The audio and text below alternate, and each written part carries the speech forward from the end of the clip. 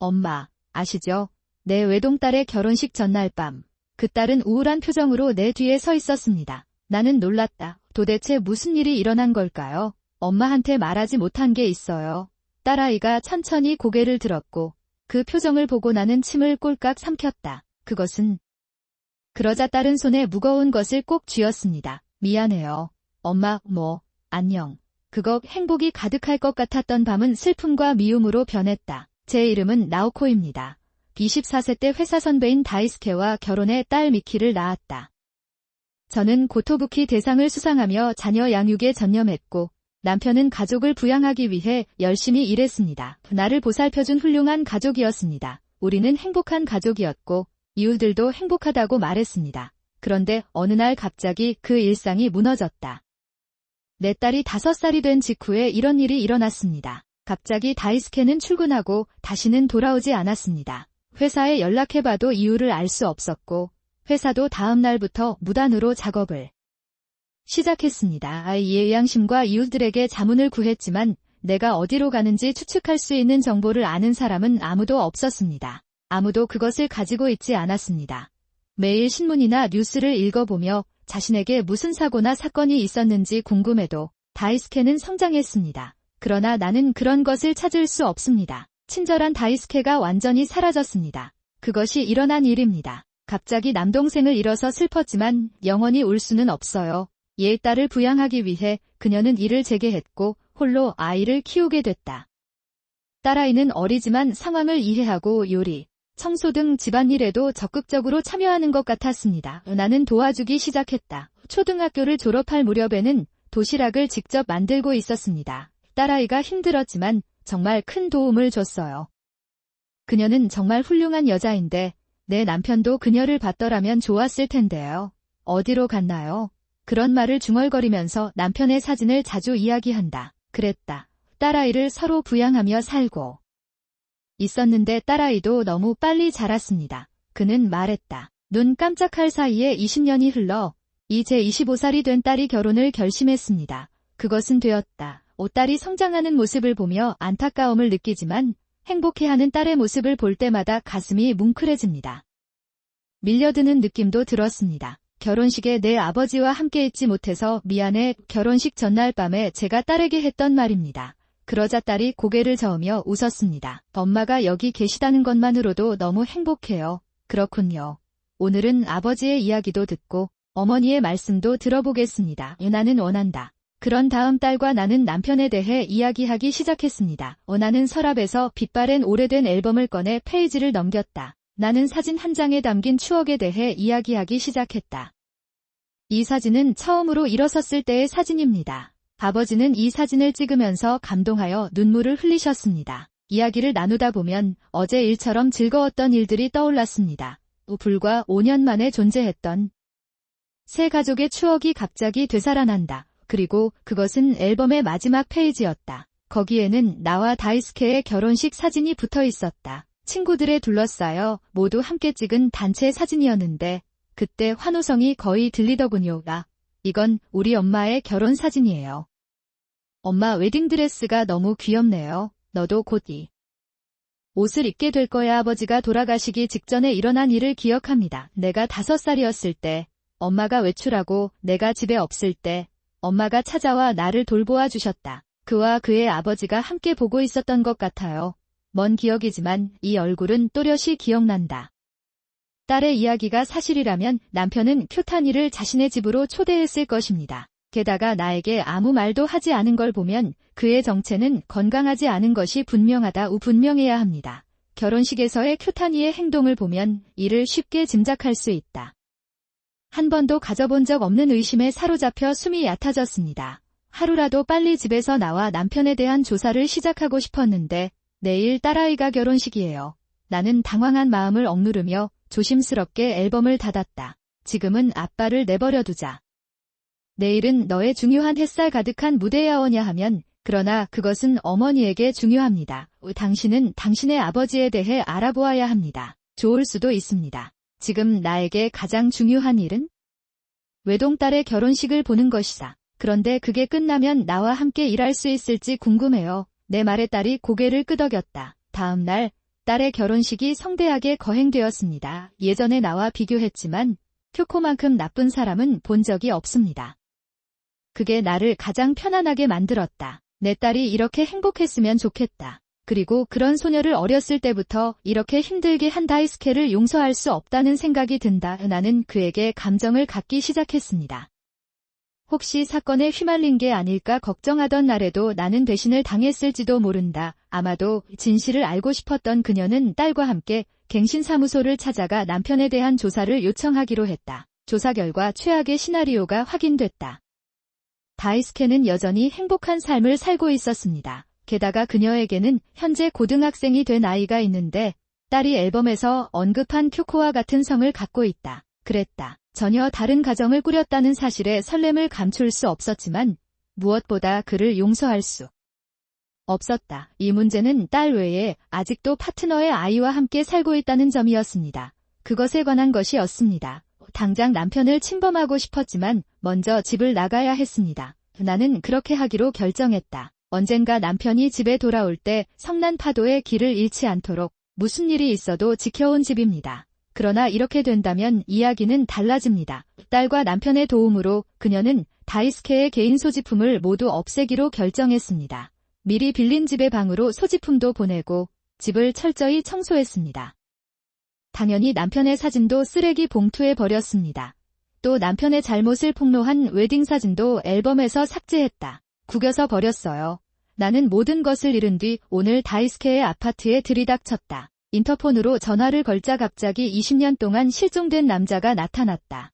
그것은 결코 찾을 수 없었던 남자가 어떻게 그렇게 쉽게 나타날 수 있었습니까? 표지에서 생략된 내용에 웃지 않을 수 없었습니다. 오랜만이에요. 내 딸은 자랐고 여기 아이들도 꽤 컸습니다. 예, 나오카. 왜 여기 있어? 속상한 남편을 데리고 근처 식당으로 갔는데 다이스케가 쿄코에게도 오라고 했어요. 나는 참여했다. 쿄코는 지각했고 다이스케로부터 상황을 들었어야 했는데 갑자기 도착했다. 그래서 자랑스럽게 오므라이스를 주문했어요. 버림받은 것은 불쌍한 아내뿐인 줄 알았습니다. 피곤한 얼굴로 맞습니다. 늘 무뚝뚝한 얼굴이어서 보자마자 단번에 알았어요. 후회하는 대신 쿄코는 승리의 자세로 다이스케의 팔에 팔을 감았습니다. 방금 노요. 정말 예쁘네요. 내 사진을 본 딸아이의 눈이 빛나더니 갑자기 표정이 굳어졌습니다. 잠깐만요. 내 딸은 앨범을 집어들고 사진을 살펴보기 시작했습니다. 나는 그 소녀가 나를 그렇게 세게 쳐다보는 것을 보고 조금 놀랐다. 결혼식 사진 이 사람 견각수, 낭수 긴물직. 그 사람은 단체 사진 한 구석에서 평화를 이루고 있던 여자였다. 그 말을 듣고 나는 잠시 눈을 떴다. 그녀의 이름은 쿄코였고 그녀는 다이스케가 초대한 친구이자 그의 소꿉친구였다. 나는 그 사람을 결혼식장에서만 만났는데 당시 그 사람에 대해 강한 인상을 받았고 그 사람에게 매우 감동받았습니다. 경자딘상 강는 자가 방향의 목립입니다. 내 앞에서 아버지는 남편을 부드럽게 어루만지며 그의 어깨에 팔을 두르셨습니다. 이상 스킨십을 사용하면 됩니다. 다이스케는 정장을 입으니 정말 멋있네요. 좋아. 다이스케랑 결혼할게. 타카타나입니다. 그녀가 내 앞에서 아무렇지도 않게 그런 말을 하는 것을 보니 나도 주변 사람들도 조금 움츠러드는 것 같았다. 그것이 일어난 일입니다. 그 사이 웃지 않는 듯 웃고 있는 사람은 다이스케뿐이었다. 야, 결혼식에서 그 끈적끈적한 물건을 버리지 마세요. 코고너노. 아무도 볼 수 없는 곳에서 그런 짓을 하세요. 창피한 그렇죠.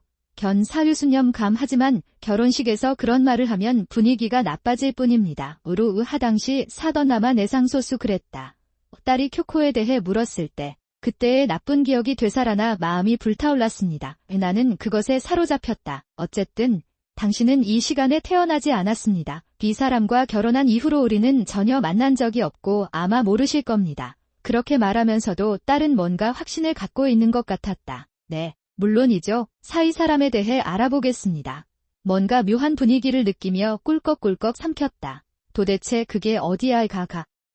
이 사람은 몇 번이나 나를 찾아왔습니다. 너무 놀라서 헐떡거렸어요. 용담. 엄마, 아빠한테 소식 못 들었어요. 쿄타니가 집에 왔다는 소식은 언제 들었나요? 다이스케는 겁이 났지만 쿄코가 온 후 자신이 우위에 있다고 생각했습니다. 타노카 표정 여유감 라면 저는 여기서 행복한 가정을 꾸리고 있습니다. 안 돼. 나 자신 당신이 힘들다고 해서 우리 가족을 힘들게 할 생각은 아닌 것 같아요. 다이스케의 말은 나를 너무 슬프게 하여 간신히 눈물을 참을 수 없게 만들었습니다. 지금의 가족을 그토록 걱정할 수 있다면 왜 나와 내 딸을 그렇게 쉽게 버렸습니까? 노요에 내가 큰 소리를 냈더니 남편이 눈을 굴렸다. 견내서 더 나아가는 것이입니다. 결국 결혼식 날 오랜만에 쿄코를 만났을 때 정말 귀엽다고 생각했어요. 몸이에요. 이렇게 귀여운 소꿉친구와 재회하게 되었습니다. 나는 그것을 느꼈다. 또한 나오코는 아마도 아기가 태어난 후에 살이 쪘을 것입니다. 보기가 힘들어서 볼 수가 없었어요. 그에 비해 쿄코는 여전히 귀엽습니다. 바꾸기로 한 것은 정말 잘한 결정이었습니다. 왜냐하면 당신은 지금 기분이 좋지 않기 때문입니다. 이런 것과 함께 사는 것이 어떤 것인지 모르겠습니다. 다이스케는 그렇게 많이 말했고 나는 더 이상 그와 이야기하고 싶지도 않았다. 내가 뭔가 말했어. 그럼에도 불구하고 나는 이 사람에게 아무 말도 할 수 없다. 방금 다이스케와 쿄코에게 의사를 만나자고 했어요. 나는 요청했다. 그 말에 쿄코는 눈을 굴리며 몸을 앞으로 기울였다. 박사님, 안녕하세요. 귀찮지만 20년 동안 행방불명된 다이스케와 이혼 소송을 진행 중입니다. 왜 안 돼?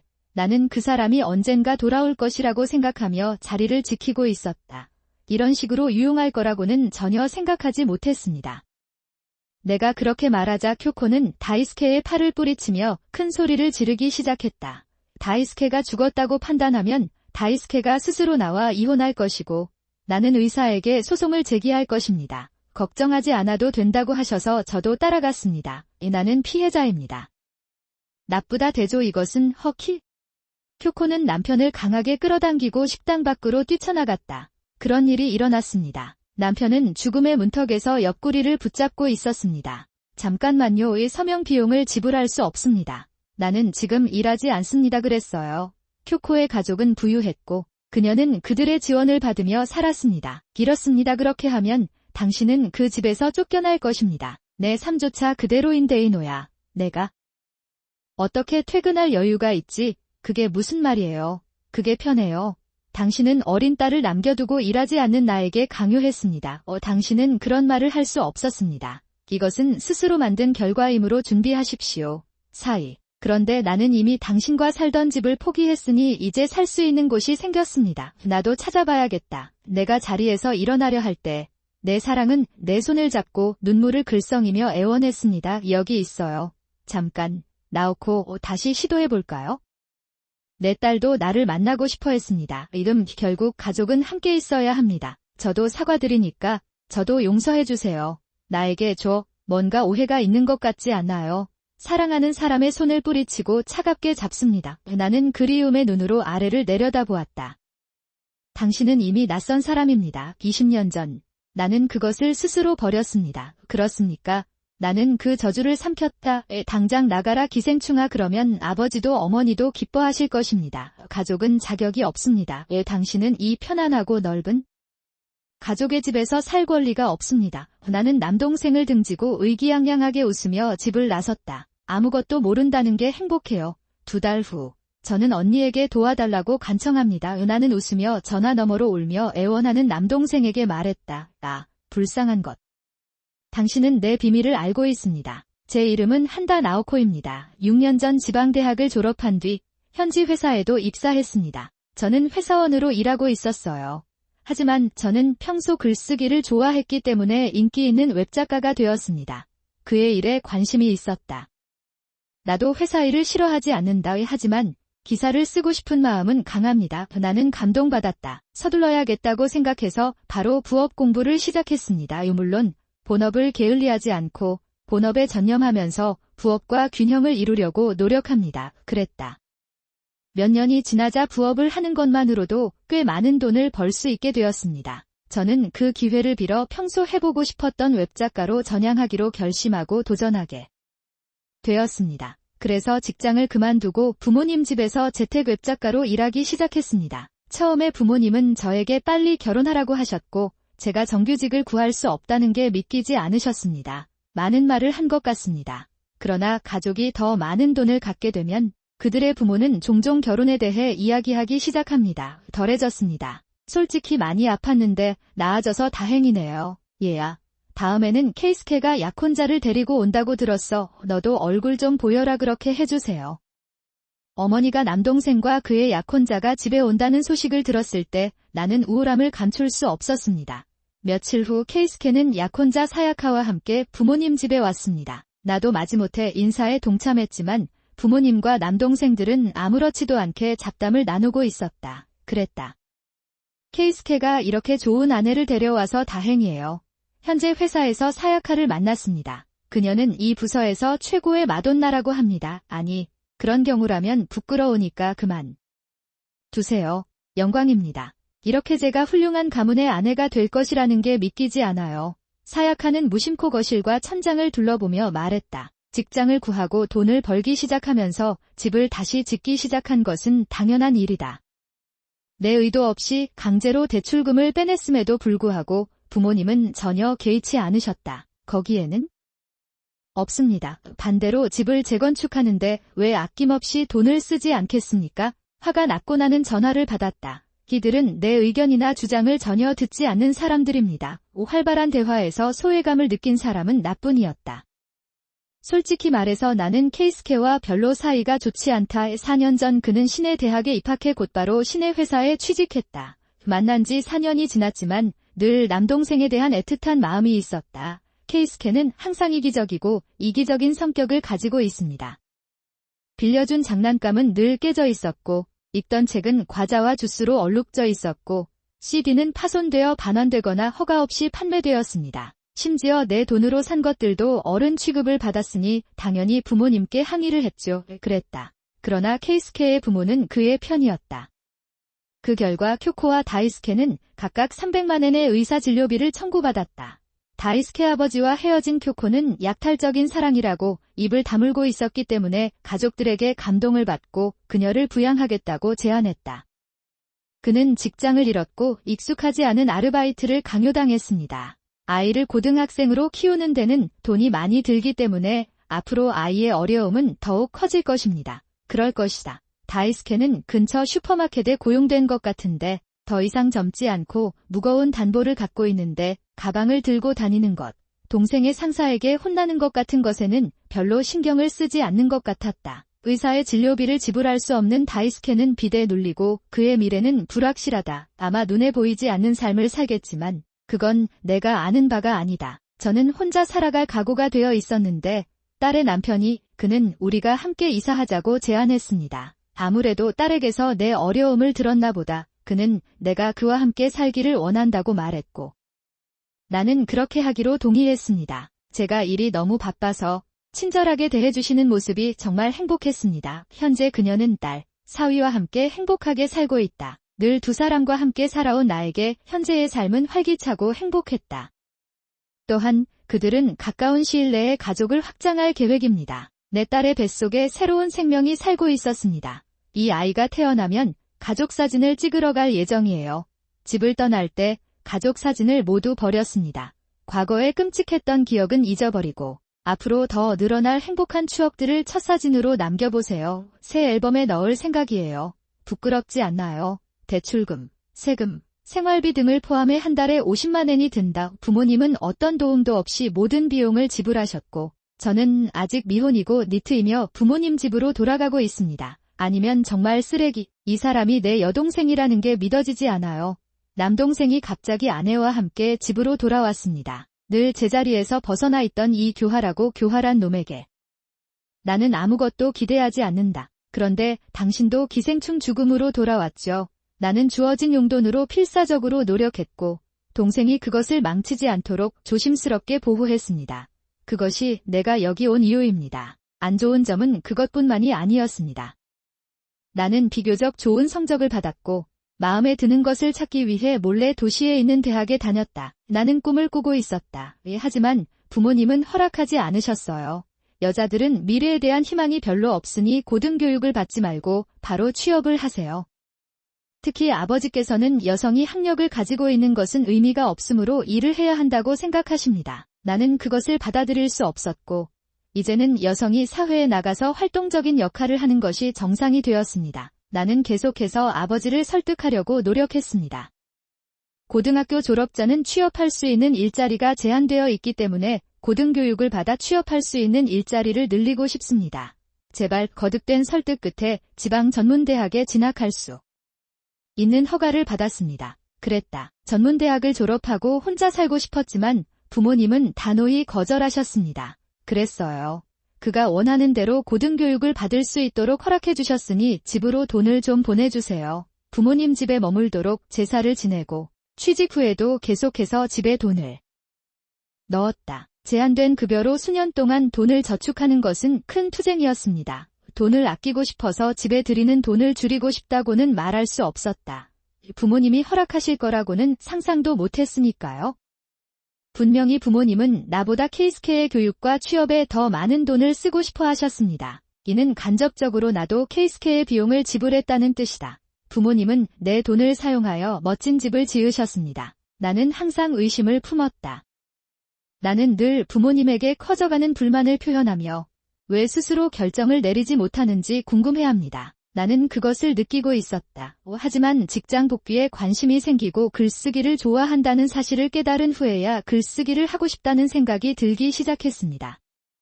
직업으로서 흥미로운 일을 하고 싶었어요. 좋아하는 일을 시작할 때 학력은 중요하지 않습니다. 나는 최선을 다해 공부했고 웹작가라는 직업을 받아들였고 흥미와 수입을 얻었습니다. 늘리는 데 성공했습니다. 안정된 직업을 가지고 있고 부모님도 불평하지 않으시니 드디어 모든 것이 끝나게 됩니다. 그러나 케이스케는 사야카와 결혼하여 부모님의 집으로 돌아갈 예정이다. 원래 부모님 집은 어두운 곳이 아니었는데 케이스케가 집에 돌아오자 환경이 지금보다 더 나빠지는 것은 불가피하다. 불편함에도 불구하고 그가 집에 돌아오면 그의 부모는 매우 기뻐합니다. 나 혼자만 반대한다고 해도 케이스케의 기분을 벗어날 수는 없을 것이다. 시간은 무자비하게 흘러갔고 케이스케와 사야카는 고향에서 결혼했습니다. 부모님 집에 왔습니다. 귀국 후 케이스케는 현지 회사에 취직했고 사야카는 전업주부가 됐다. 낮에는 집안일을 담당합니다. 사야카 씨는 나와 별로 관계가 없는 것 외에는 부모님과 좋은 관계를 갖고 있습니다. 별 문제 없이 잘 지내고 있는 것 같습니다. 나는 계속해서 부모님 집 한 구석에서 눈에 띄지 않게 재택근무를 했습니다. 아무 감상 없이 평온한 나날이 계속된다면 그 소원은 이루어지지 않았습니다. 언니는 집에 가는 길에 집에 틀어박혀 있나요? 내가 술을 마시러 주방에 왔을 때 사야카 씨가 흔적도 없이 그렇게 물었다. 갑작스러운 말에 내가 할 수 있는 일은 눈살을 찌푸리는 것뿐이었다. 당신이 집에 갇힌 것은 사실이지만 집에 있다는 것은 무엇을 의미합니까? 그게 무슨 뜻이에요?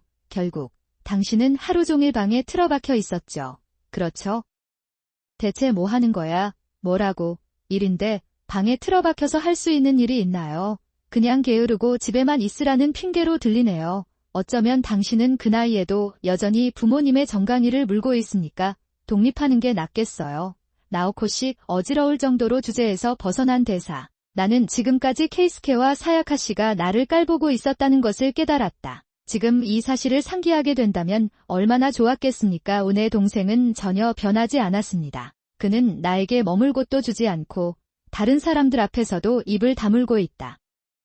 내 동생의 약혼자가 나 같은 사람을 존경할 리가 없어요. 내 이성적인 마음을 붙잡고 있던 실이 끊어지는 소리가 들렸다.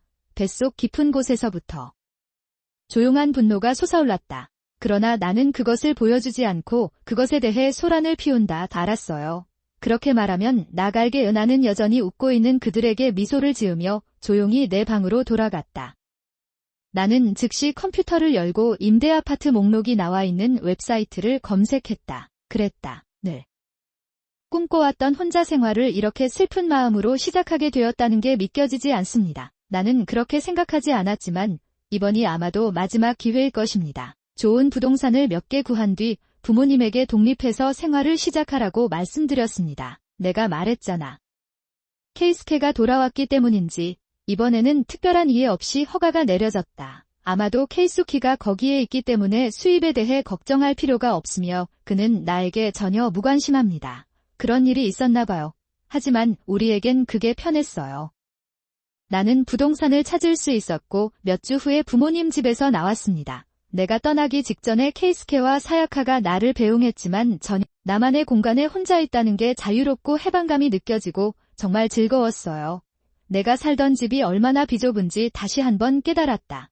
혼자 생활을 시작한 지 2달쯤 되던 어느 날 케이스케로부터 스마트폰으로 메시지가 도착했다. 전화를 받았습니다. 대답할 생각은 없었지만 하루에도 수십 통씩 걸려오는 전화를 무시할 수가 없었다. 이에 나는 더 이상 나에게 연락하지 말라고 경고할 의도로 케이스케에게 다시 전화를 걸었다. 나는 전화했다. 케이수키는 즉시 전화를 받았습니다. 이봐. 그거 좋다. 우리는 마침내 연결되었습니다. 곧 다시 오세요. 힘들다. 케이스케의 광란적이고 무서운 목소리를 들으면서 나는 그것이 2달 정도 지속되었다고 생각했다. 나는 거의 관심을 느꼈다. 내가 대답하기도 전에 케이스케가 계속 말을 이어갔기 때문에 나는 듣기만 했다. 계속되는 야, 생활비 조금이라도 좀 주실 수 있나요?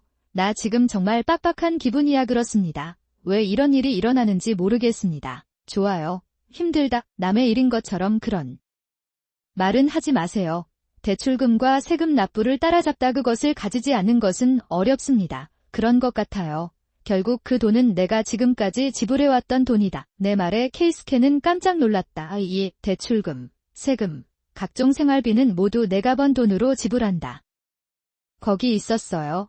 회사원 시절뿐만 아니라 작가로 돈을 벌기 시작한 이후로 꽤 많은 돈을 벌었습니다. 나는 그것을 내 집으로 가져왔습니다. 그 집의 사야카 씨는 비웃는 듯한 미소를 지으며 그렇게 말했다. 나는 혼란스러워 고개를 기울일 수밖에 없었다. 나는 내 방에서 일하고 있는 것이 사실이고 사야카 씨에게 폐를 끼친 적이 없습니다. 하지만 아니면 왜 사람들은 내가 부모님 돈으로 살고 있다고 생각하는 걸까요?